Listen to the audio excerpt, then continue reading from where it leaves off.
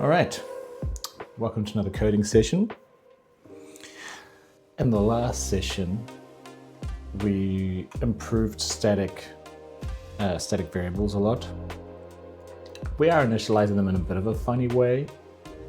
You know, in our assembly down the bottom here, we basically zero initialize everything. And then at runtime, when we get to the specific line in code, like here's an example, if I go to like OpenGL here, when these lines of code get executed, then this assignment actually happens. And what that does is it allows us to put whatever we want on the right-hand side here, because it's just runtime code, it's just normal code like anything else. Because we don't have any compile time execution of code.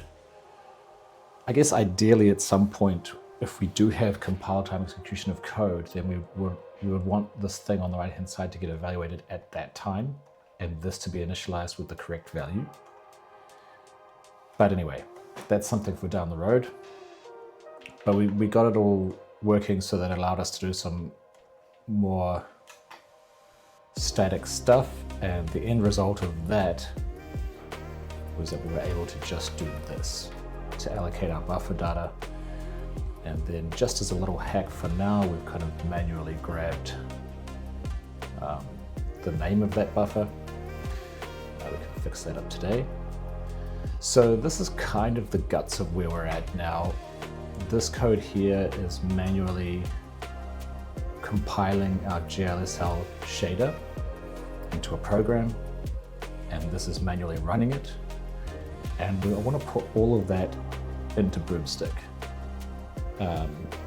That's the goal of today. So this stuff should all disappear, and we should just have Boomstick. And our task func here we can either make it GLSL or not. And if we make it GLSL, then it'll run on the GPU. If we don't, it won't. Simple. That's where I want to get at. So I think the first thing I'm going to try, let's cut this out. The first thing I want to do is merge these two. Like at the moment we have a CPU one and a GPU one. And the reason is just because like the signature is actually different.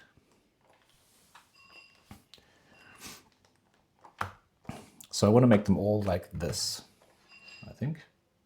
So they're all the same. Maybe I'll just make this like a more descriptive name. Move triangles. Oops. No, that's right. Anyway, we're going to change that. So let's just try and get that working on the GPU without using Boomstick, because it's just a regular procedure, right? We could just loop through and run it on a single core. Index i32 equals 0. Index is less than buffer data.length. Index plus equals 1. And then we say process item index of buffer data. So if we run that, it should hopefully work. Let's comment out this code also.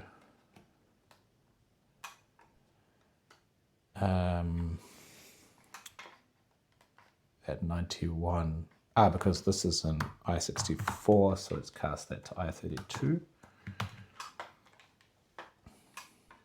There we go. Okay, so we have the single threaded version working.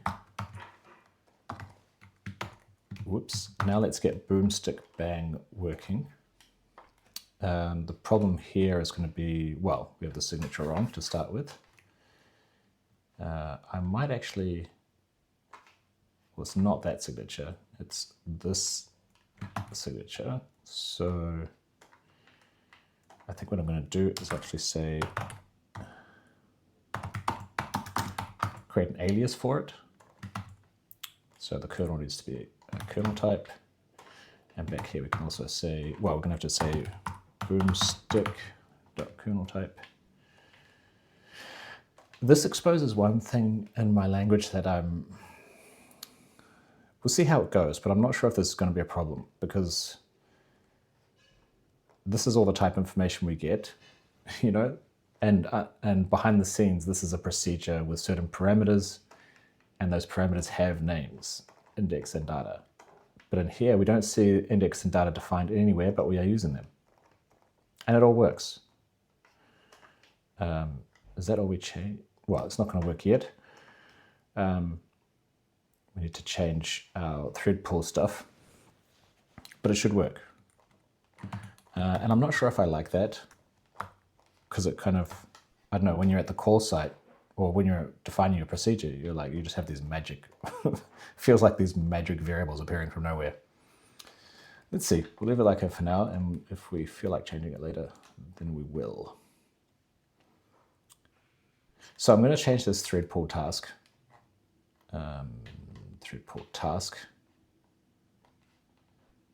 So the function is the same signature as the Boomstick one kernel. I don't really like how we're basically making our thread pool exactly as it needs to be for the Boomstick, whereas the intention of this thread pool is more, it should be just a general purpose thing where you can just like take some work and give it to the thread pool. It shouldn't be so specific like this, you know. But we'll fix that later. We need to get into like generics and variadics and stuff like that. For now, we're just going to make it so it specifically works for Boomstick, and then later we'll generalize it. So this is the signature that's compatible with the Boomstick. And let's put this in the right order. And we have start and end. So we know what slice of the data we're working on in this task. I think that's about it for there. And then in the thread pool worker, when we go to execute the task,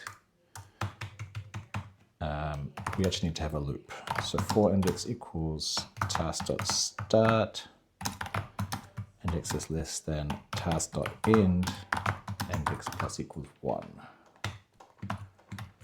And then we say index task data. So this loop here is very similar to this one that we just had working before, except in this case, we're just working on a slice of the data, basically.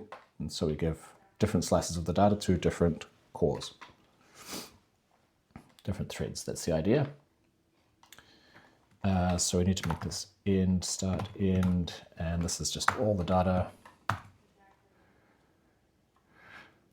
I think all this stuff is I64s, so let's make this I32.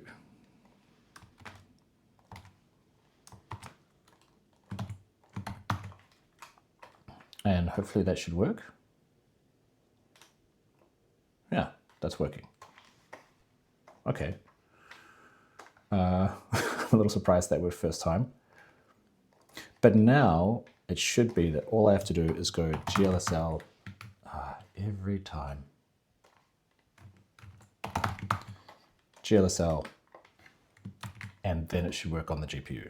That should be all that has to happen. And this commented out code doesn't need to exist.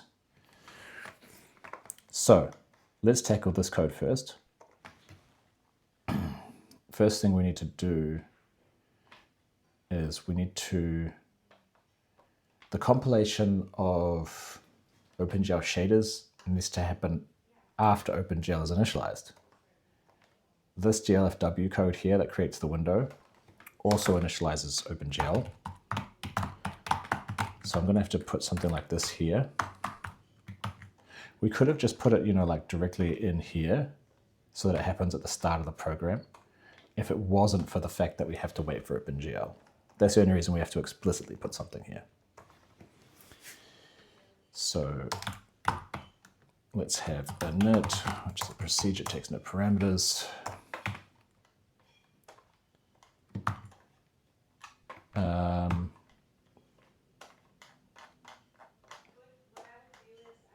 Did I just cut some stuff out? I was like, where is that other code gone? Okay.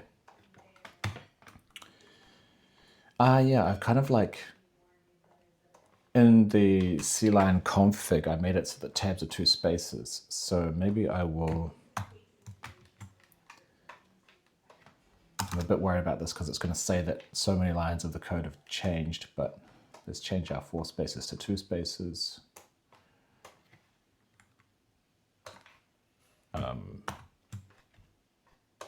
I feel like that didn't do anything.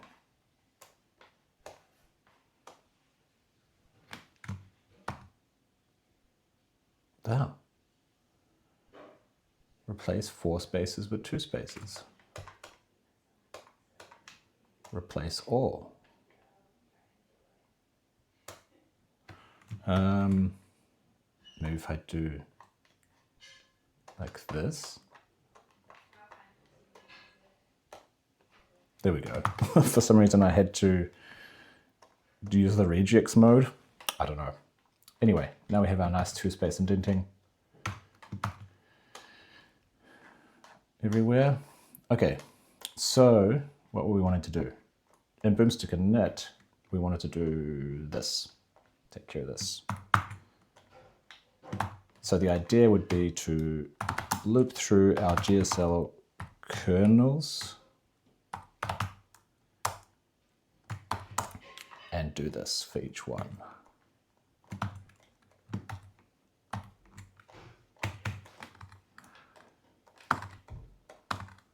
We can't have these here because it's not defined here.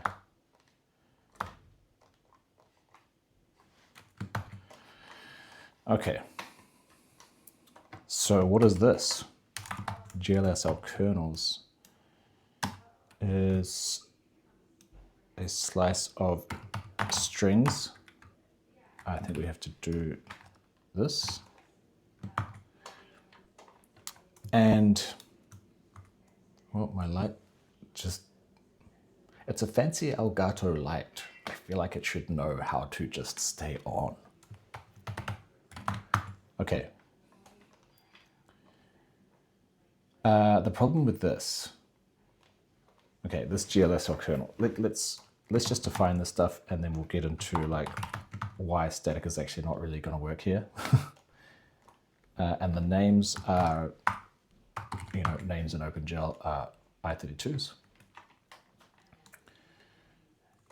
Let's go open up memory. I just want to get that to do, because this is kind of a map of kernels to names now. And the kernels, I'm saying they're pointers to strings because that's what they actually are, right? Like, oh, I don't have, and I'm not sure if it's going to compile right now.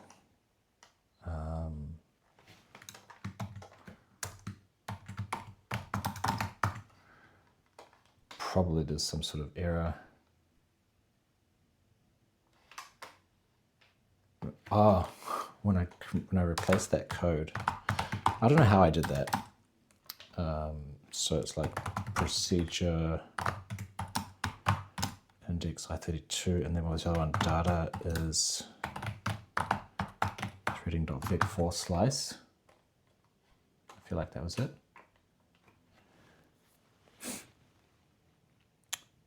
Boomstick 14. So here, let's just comment this out. Just want to see if we can get this to work. What's the issue?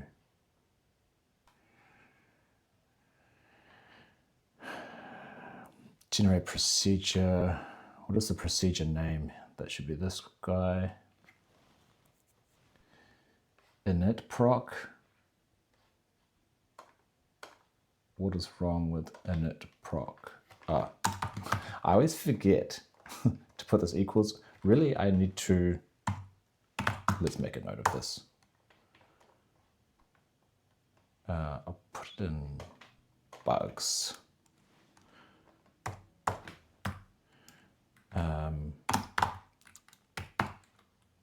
No, it's not init. It's like require equals for static procs.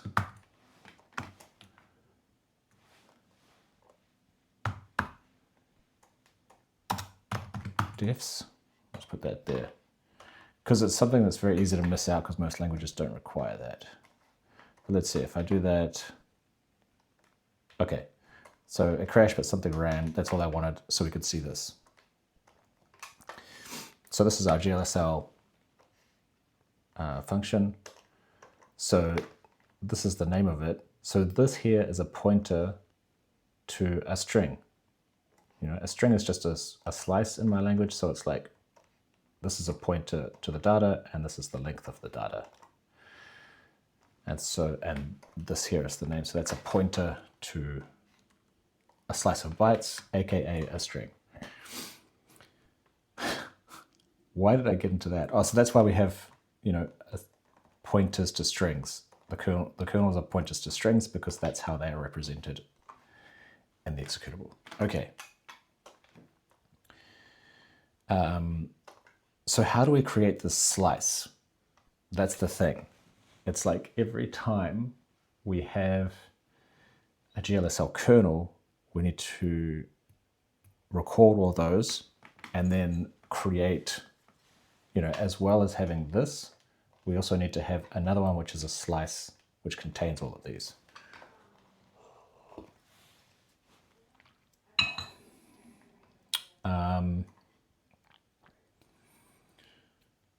So I think in generation of a program, we should have our generate static vars, and here's our, this is generating the for a GLSL thing. So I think what we can do, GLSL kernel names, and just make that a dynamic list of strings. I found out when I was playing around that I really should be deallocating all these. So I think I can defer delete. Like this. I should be doing this. So I'm getting lots of memory leaks, I think. Or there will be some places where I have memory leaks because I'm creating these dynamic strings and I'm never deallocating them. Defer, if you haven't used, it's kind of a new language feature, I guess, in new kind of systems languages. Well, maybe Go has it. I never used Go. But defer means do this at the end of the scope. So it's kind of nice to have all this together. And it's just saying like, hey, at the end of the scope, delete this thing for me, please. And so now every time we get a GLSL kernel, we're going to append the name, which should be this guy here, to our GLSL names.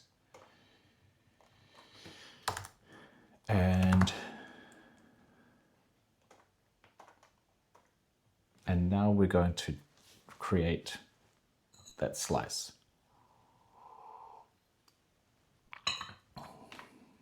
So that slice always needs to exist because we're always going to loop through it.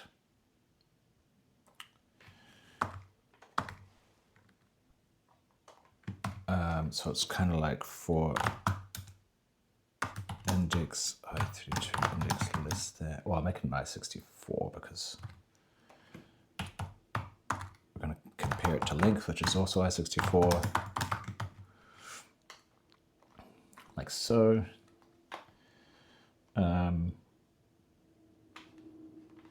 So we're always going to look through it. So this always needs to be defined. It could be empty if there's no GLSLs. But how do we define that? Defining it, because I said, you know, this is a string, which is the same as, and I said it's a slice of bytes. So it's the same as a slice, really. It's the same structure. So we want to do the same structure for this as this. It's the same as this. Kind of. Kind of. So, but in this case, we know the name is GLSL kernels, I can spell, and GLSL kernels raw. The length, so this would be the length in bytes, but every element in GLSL kernels is a pointer, and pointers are 8 bytes, so we can't use this. Luckily, we can just grab the length. It's not a big deal. In this context, GLSL kernel names, just grab the length. So how do we fill this out? That's what the loop is. I think I was starting to make a loop. So this one will just be, well, it's not even formatted, not a line. It's just going to be this, just going to be that. And that's actually DQ because, like I said, 8 bytes. So that's saying each element that we're about to define is an 8-byte thing. And then GLSL kernel name in GLSL kernel names. Then we'll do a printf. We want space name. And let's also grab the index out. This is a nice little feature. I like this. I wanted to get to, this is a feature I haven't even thought about much yet, but I want to have these kind of for loops in my language. They're quite nice. So if index is greater than 0, then we also want to put a comma so that the comma is separated. We don't need a comma for the first one. That's why index greater than 0. With the others we do. Okay. I think that should define it. But it's not define GL. So let's go back to Boomstick. We'll just comment this out again.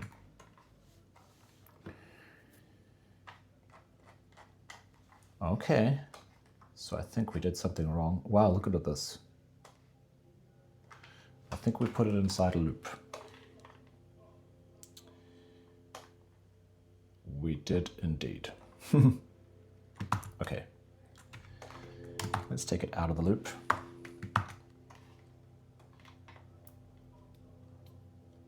Okay, comma expected is the only things. Let's have a look. GLSL kernels. GLSL kernels. Oh no, here's kernels and kernel names. And then this. Why is GLSL kernels up here and then kernels raw down here and this is in the middle? What kind of madness is this?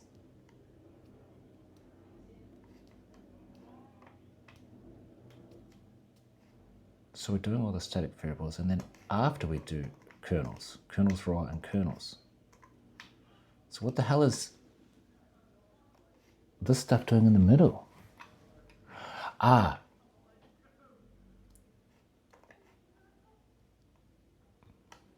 Okay. I get some of it. I'm still confused, but I get some of it.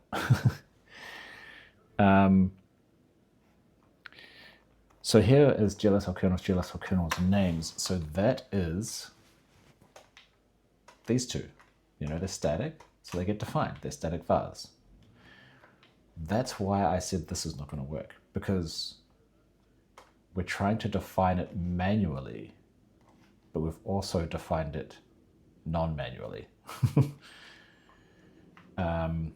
And that's an issue. So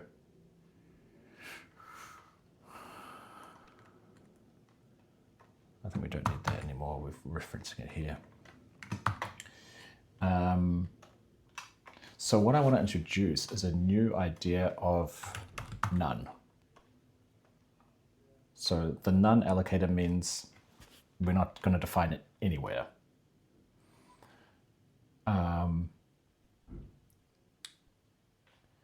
And how does that work? Probably we're going to get an error. GLSL kernels is not defined. So I think if I search for GLSL, we're going to come across a lot of these places, where it can be GLSL or static. And what's this? So this here is copying the type checking context. So this is the issue we're seeing now. So this code is saying, like, if we're entering a new procedure, so we're not inline, then we only copy, types, modules, or things that are statically allocated, which is like static in GLSL. So I want to add to this list none. they also want to get passed down because they are static. They're static. It's just the difference between this and this is that the none one is being manually generated by the compiler, whereas static is just taking something that the user has defined and defining it in the assembly. So, okay, so where else do we see something like that? This is the one that we've done already. This is a GLSL specific thing. So is this. So is this. Here, these two here, we can see it's GLSL static. So they probably also is static procedure. Yeah, if we had a procedure that was also none, which could be handy actually, because we do have a few procedures that we manually define. So this could come in handy. They would also be considered static. And here, this is... this is determining whether we should refer to it by name in assembly. And we want to do that with the none. We could probably just go like this. And then let's add none.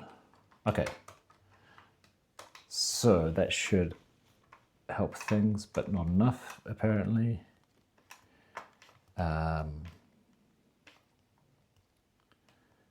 Okay. This is some code that is handling different allocators. I think I'm going to change it to a switch. Switch allocator.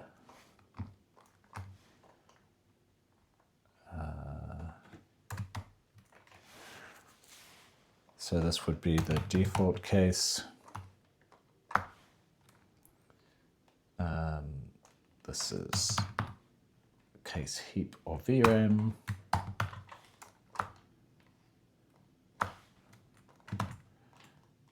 Case stack. Interesting. Like this is probably valid. If I just do this, I'm sure it's valid because it's just a scope. But you don't need to put it there. It's kind of an implied scope. Maybe I'll mention this again. Switches in Odin, you don't need to have breaks because if it goes into a case, by default, it'll do this case and then it'll go to the end, just like an if else, you know?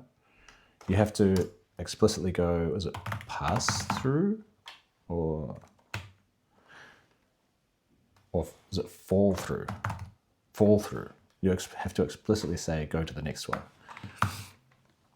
Anyway, just a little aside. So this code is saying how to allocate stuff. And with a none, the none allocator, as it kind of applies, we don't want to allocate. Okay, is there anywhere else where we have something similar to that? Comma expected after operand.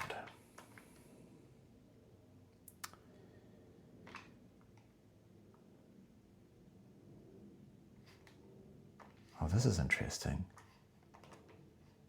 It looks like we need to have a new line. It's got both of them on the same line. So maybe my none, see now we've got names, but we don't have GLSL kernels up here. Just GLSL kernel names. And the reason that I couldn't see GLSL kernels defined down here before is because it's all on the same line. So I think we can get rid of that. So we need to have print line with an empty string, so we get a new line.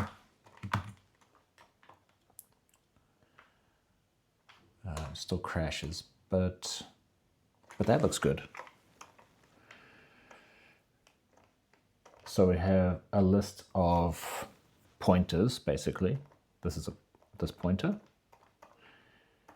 And this is saying, okay, now we have a slice, so it's a pointer to our list of pointers because it's a slice of pointers. and the length, which we just hard-code into 1. Okay, I think that's good.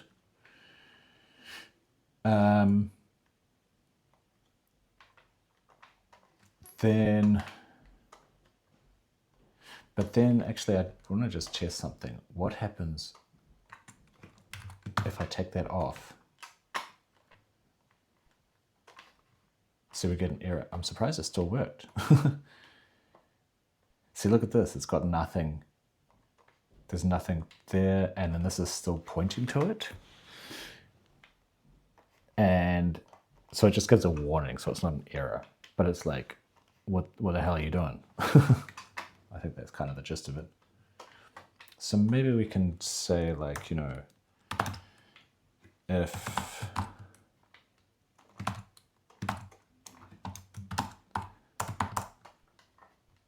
we actually have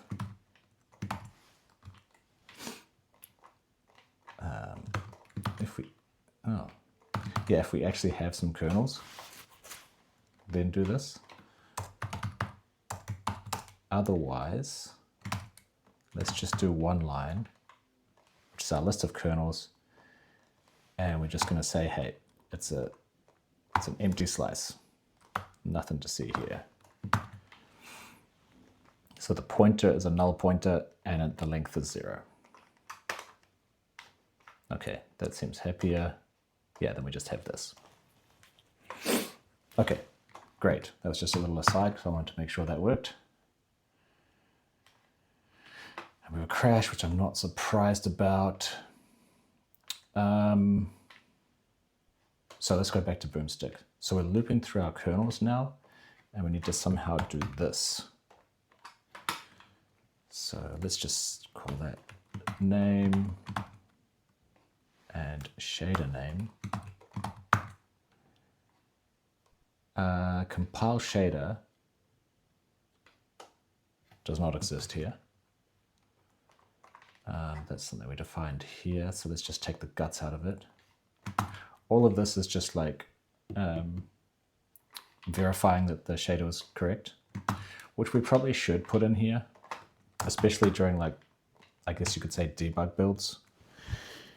Oh, it doesn't go there, it goes in place of that.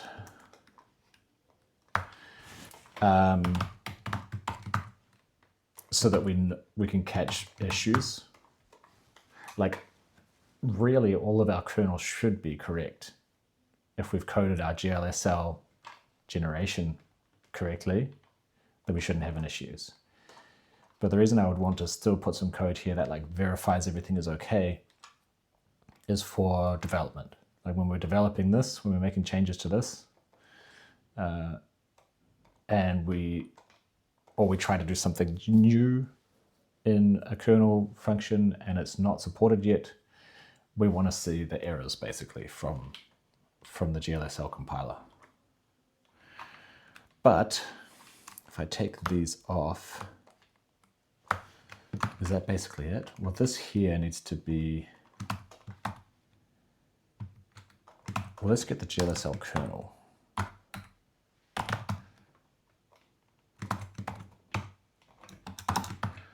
There's the GLSL kernel. So that is a pointer to a string.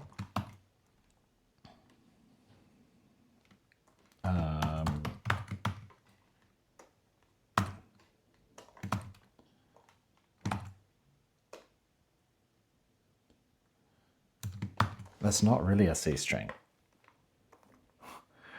But, like, I'm saying the OpenGL, in my typings, I'm saying that this should be a C string, but really it just needs to be a pointer to bytes because we have the length separately.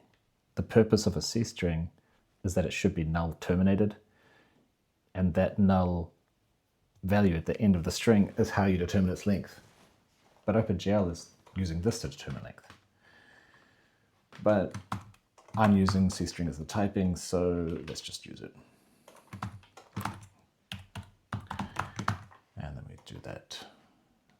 Is that right? GL is not defined, so let's define it. vendor GL. Type is not defined, Boomstick 22. So that's GL compute shader. That's the kind of shader we're creating. These pointers are incompatible because that length is an I64. Okay. What is actually crashing? That's a good question. So we did cut out that code. We're not trying to do this yet.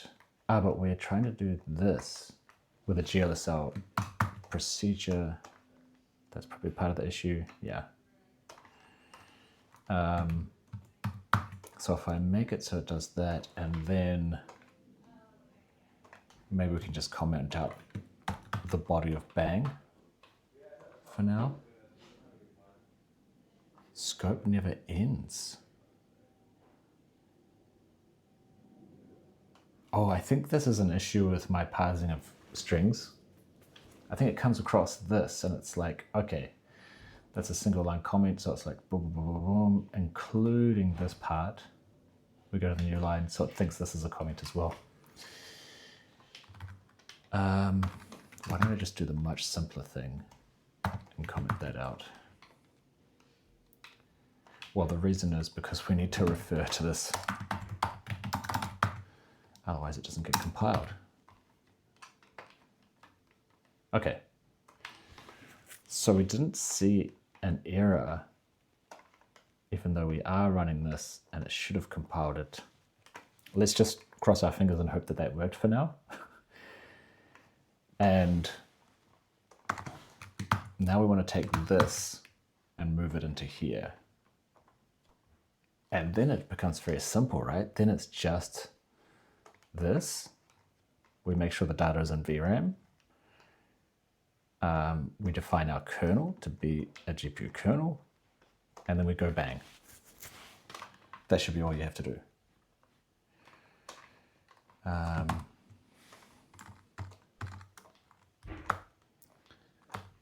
So, what do we need to do here? Well, I guess we want to loop through the kernels like we did here.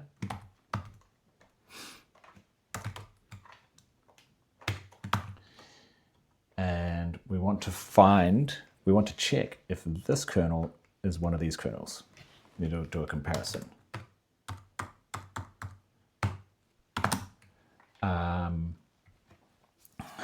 So the typings are different though. See, this is a kernel T, but this is a slice of string pointers. So kernel T is a procedure. Procedures are also implicitly pointers. So we actually just want to compare this kernel T to this pointer. They should be the same pointer. If this is indeed a GLSL kernel, there should be something in here where the pointer is the same as this. So for now, because we don't have very good comparison stuff, it's something I want to add later, fix later on. I'm going to explicitly convert that to an I64 so that I can then compare that to the current kernel. And I'm going to say ignore the type of this and just compare it to this anyway. So then the type checking doesn't get all frazzled. I'm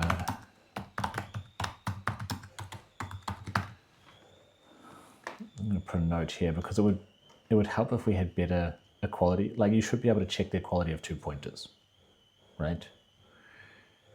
We still would need to do a bit of type coercion, but we shouldn't have to make something in I64 to do a comparison. That's what I'm trying to get at. Okay, so if we find that our kernel is a GLSL kernel, then we say, good, use it. this data should be this data. So this one is good. This here is what we need to do now. This is binding this data to the kernel, to the GLSL program. This is how we bind it.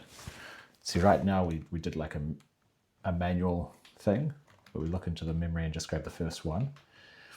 But we're going to do something similar to this now. We do need to actually import memory, so we have access to this stuff. So now, again, we need to convert to an i64 just to get like,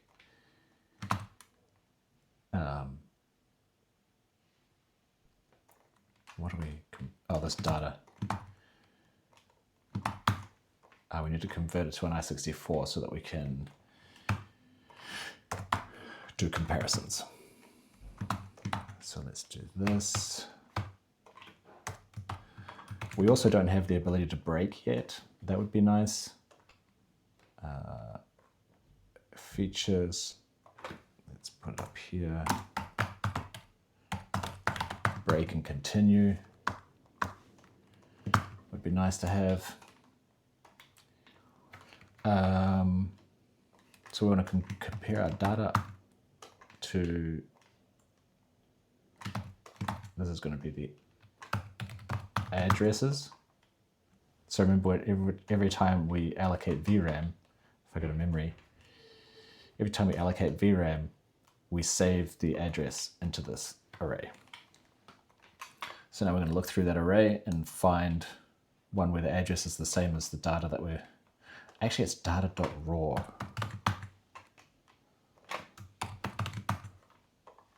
That's the actual data in the slice. Oh, and I need to say untyped for both of those.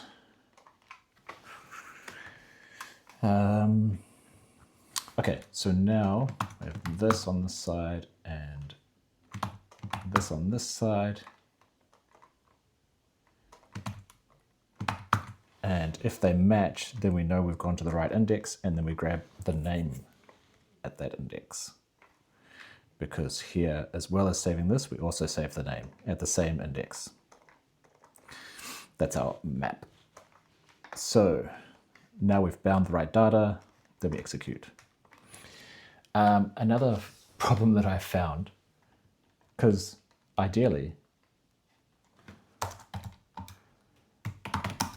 at this point we would call return, right? Because we don't want to do this stuff.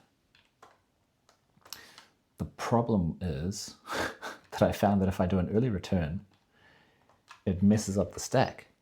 Because, I don't know, it made sense to me at the time when I did this, but what this would actually do is jump to a label at the end of the procedure and then perform a stack deallocation as if you had reached the end of the procedure to deallocate everything that was allocated within this procedure. You know, like this, you know, whatever was allocated, this thing here. The problem is that if you do it from here, this hasn't been allocated yet. So you're deallocating something that hasn't been allocated yet, and you're going to put the stack pointer at a stupid place. And things are going to break, and they do break. So instead of this, let's just say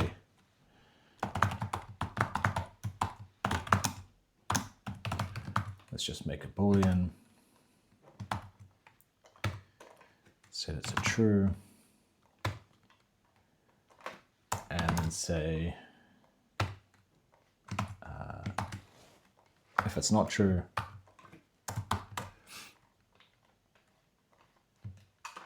then it must be a CPU one. And we do that. Okay, so hopefully this bang should work. Incompatible types, 41, this guy here. So I should have got the corresponding name from our map. Cannot redefine type of index. We have two indexes here, so let's just name them more specifically. This is the kernel index, This is the data, or the, I don't know, buffer index. Like so. Hopefully that takes care of that. Okay, those are a lot of errors.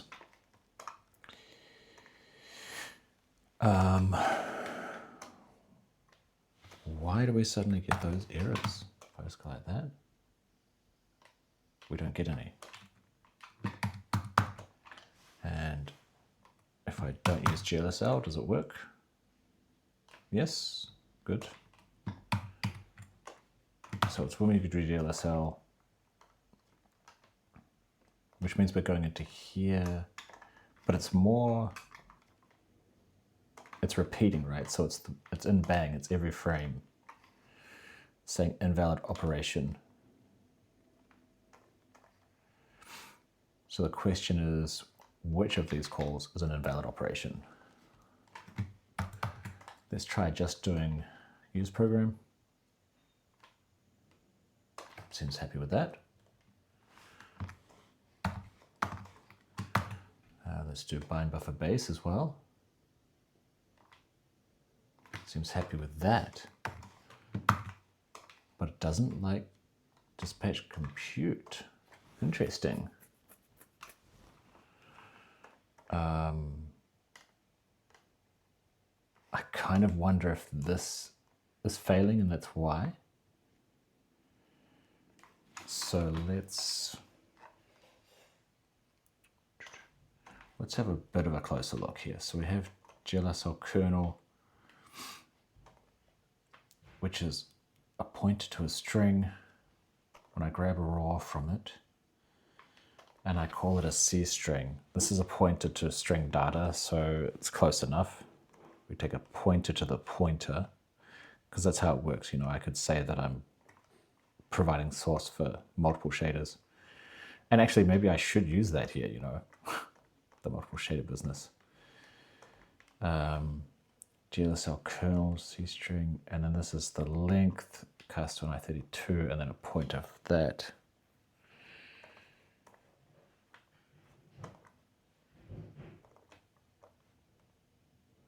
Attached shader. Should that be name shader name?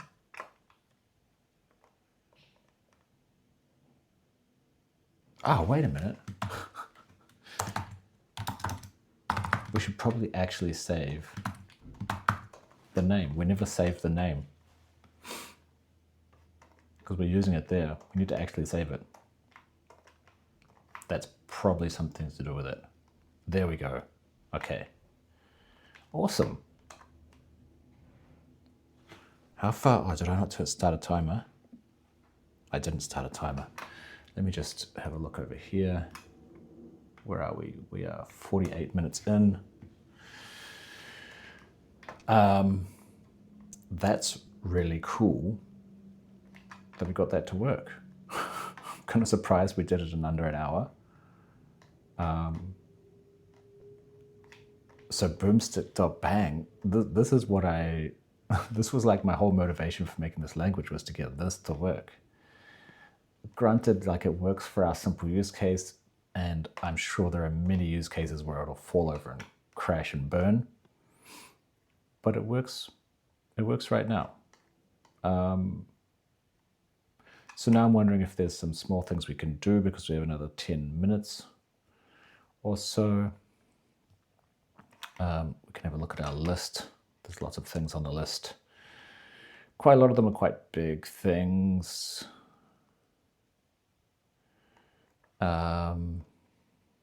Yes, early return can break the stack. Cyclic imports we should prevent. Scopes. This is some random issue that I found. Not modifies the variable. I figured this out at some point. Like this here will actually modify this variable. We can find this and see. So if we look in the assembly, it should be commented with negate. Copy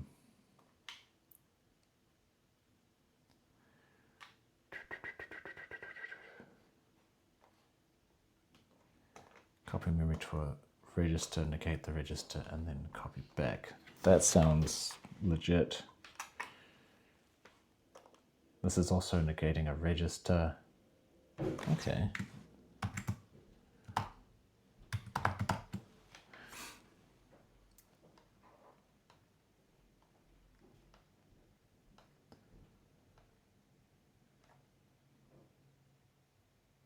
Maybe it doesn't say negate because it's like part of an if. So that's the end.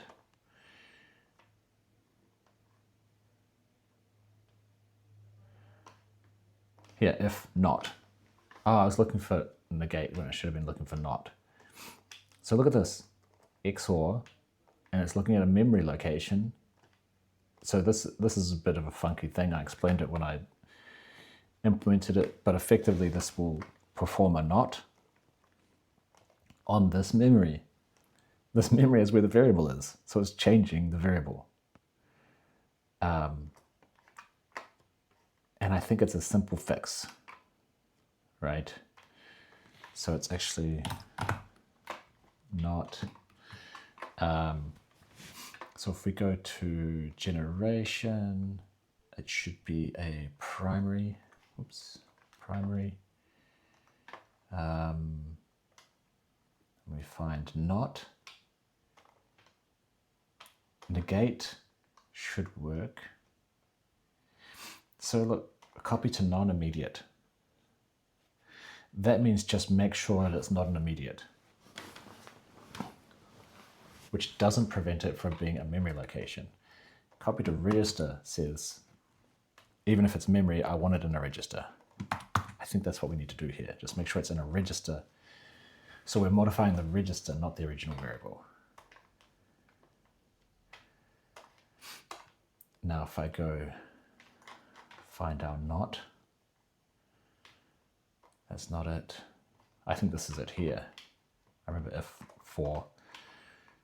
Yeah, so we move the memory into a register now. Do not on the register and then check the register.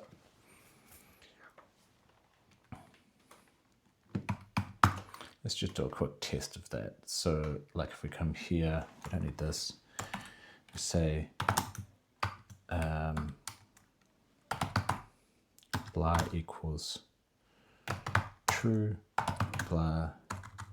I think we just say not blah, because you can just have an expression as a statement, and then we say strings dot print line.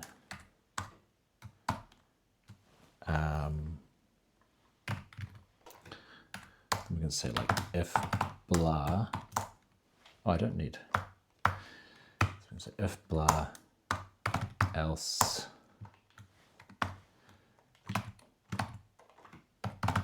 false.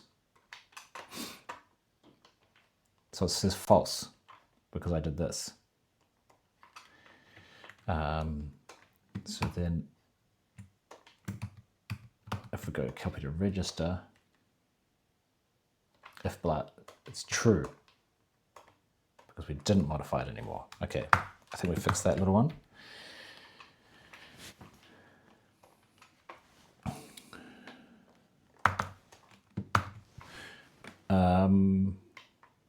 Require equals for static proc definitions.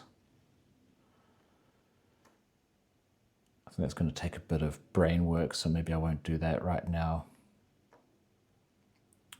Early return can break the stack.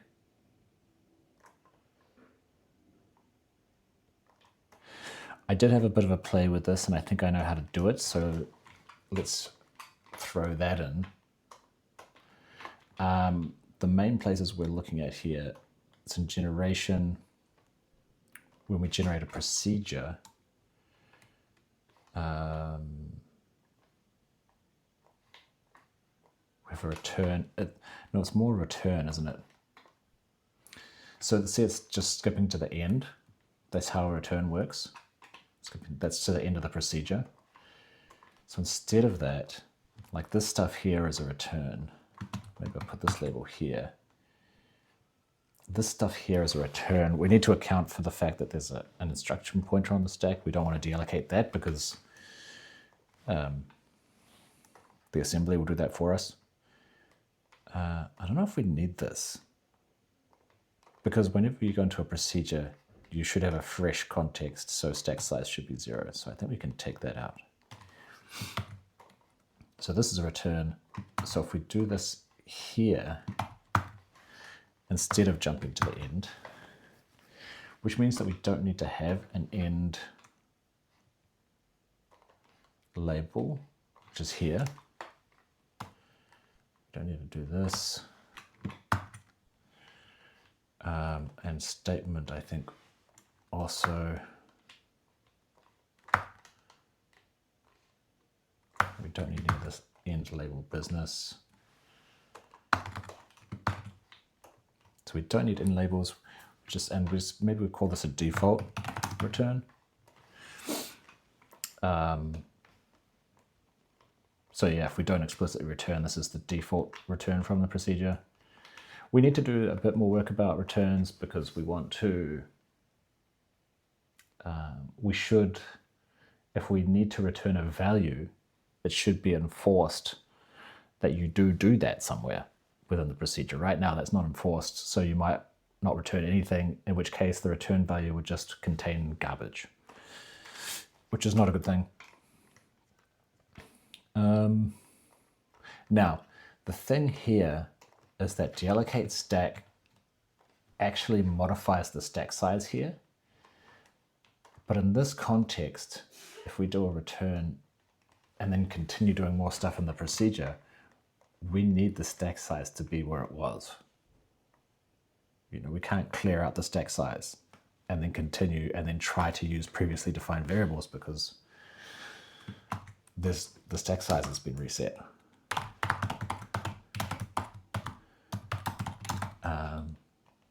Initial, that's what I use everywhere else, whatever, good enough. It feels a bit weird naming here, but essentially I just want to like save the stack size, yeah, and then revert it.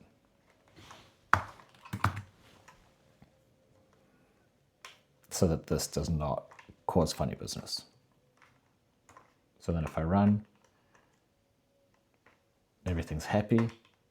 And if I go to our Boomstick, this would be a test for it. We should be able to do this, and it should work.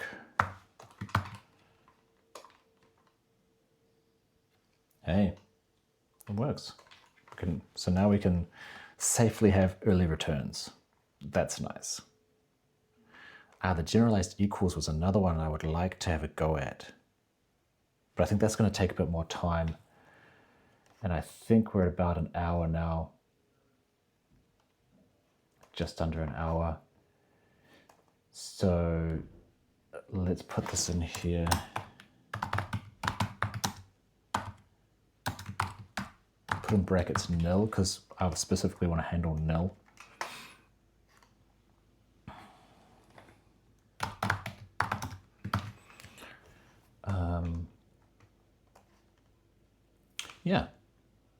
Yeah, because you know, in my language, nil is any variable that is zeroed out. You know, we zero initialize things when you first create a variable. If you don't assign anything to it, it's just the memory is just all 0. And if you assign, likewise, if you assign nil to something, it will zero it out. So for numbers, it will become 0. For pointers, it goes to the null pointer. For structs, it'll just clear all the fields to 0. For arrays, if you assign nil to an array, it'll zero out all of the elements.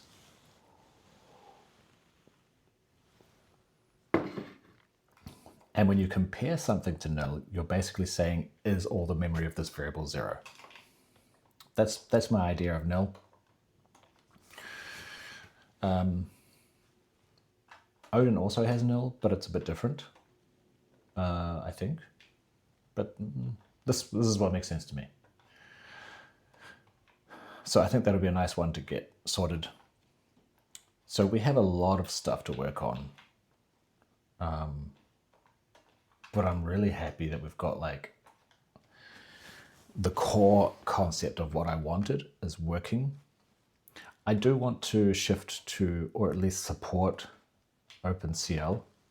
So maybe you could go like CL or something, or OpenCL, I don't know. Because that would not require us to set up OpenGL. And potentially we would not even have to do this.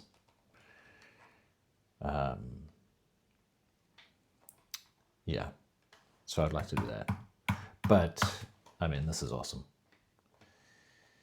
So,